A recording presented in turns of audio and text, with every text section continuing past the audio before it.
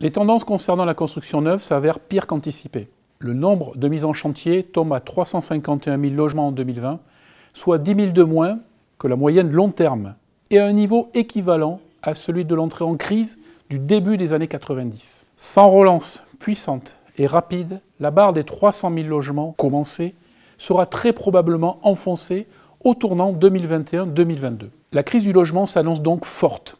Pour le non-résidentiel neuf, l'année 2021 risque de se révéler la pire jamais observée depuis 1986 en termes de surface commencée. A contrario, l'amélioration entretien relève la tête. Le déblocage de MaPrimeRénov' au 4e trimestre 2020 et le volet bâtiment de France Relance, quasi exclusivement consacré à la rénovation énergétique, commencent à se faire sentir et commencent à faire sentir ses effets. À l'horizon 2022, compte tenu des délais de production, ce sont environ 100 000 emplois supplémentaires qui seraient menacés, en danger, dans la filière neuf. Ils ne seront qu'en partie compensés par la rénovation énergétique.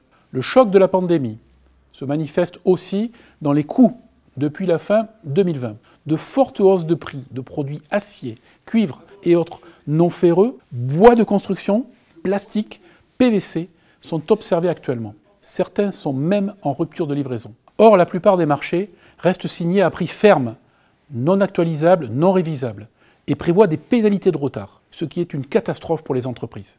Dans nos propositions, la FFB demande un certain nombre de mesures pour accompagner les donneurs d'ordre, pour dynamiser la construction neuve et pour éviter le blocage des chantiers en libérant les permis. Comptez sur nous, comptez sur votre FFB pour agir et obtenir de bons résultats.